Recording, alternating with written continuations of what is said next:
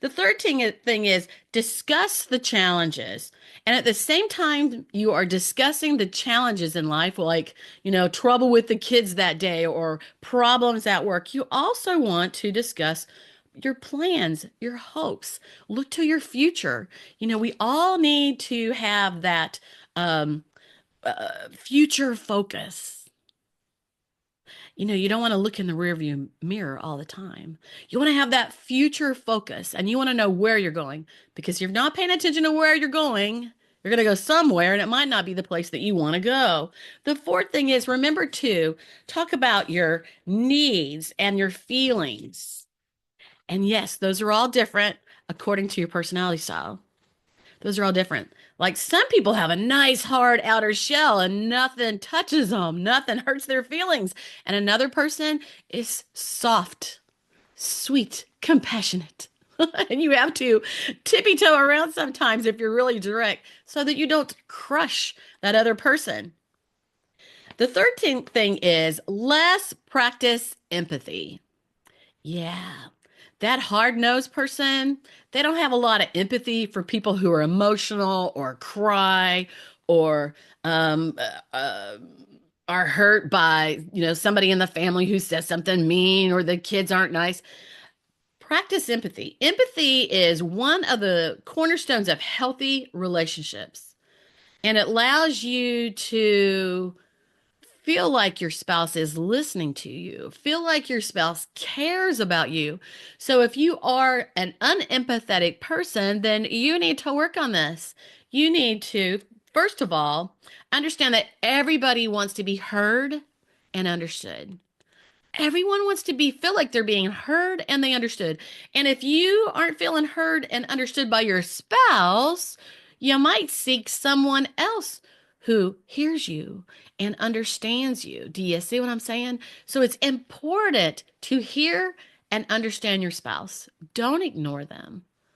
You want to take time and listen. The second thing is that really helps is to learn to put yourself in their place.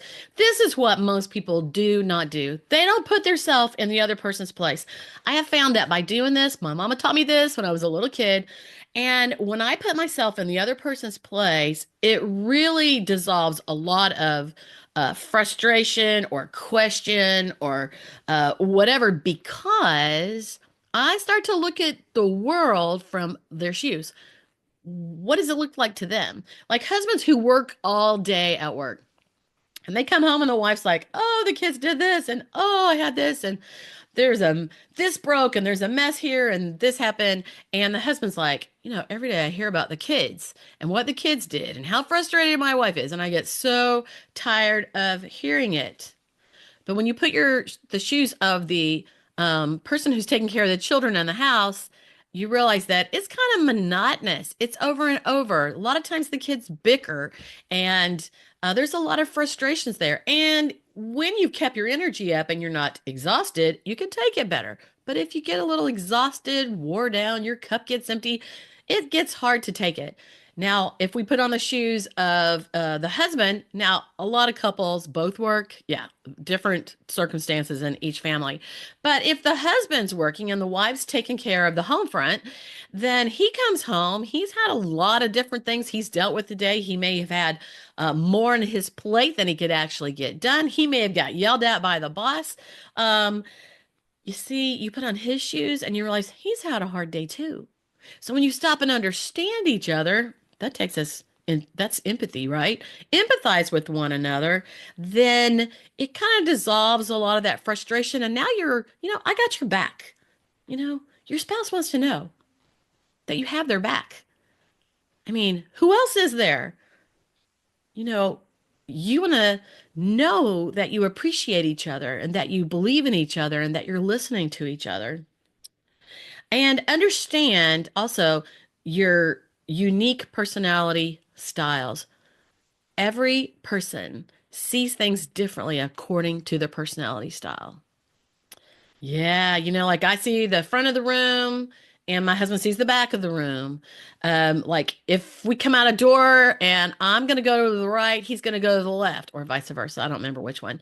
But it's like whatever we get out of the car, I'm gonna go around the car this way and he's gonna around the car that way. I mean, just about everything we do, even though we get along good, we actually would make a different choice. And I've learned that there's not just one way of doing things. There's two, three, four, five different ways of doing things, and we can't demand that everything is always our way. The fourth thing is understand personality differences. And I said this a little bit because I teach a class that's called Rediscover Your Spouse. Often we fall in love, there's that charisma, that spark between us, and we see everything that we love. But once we've been married for a while, we start to see the things we don't like or that get on our nerves, that things that irritate us. And when we can understand, rediscover our spouse, understand why they think the way they do, why they act the way they do, why do they respond like harshly or critically or whatever? Why do they do that? Is it personal? Do they not like me? I don't understand. When we start to understand that and rediscover your spouse, then you understand it's not about you.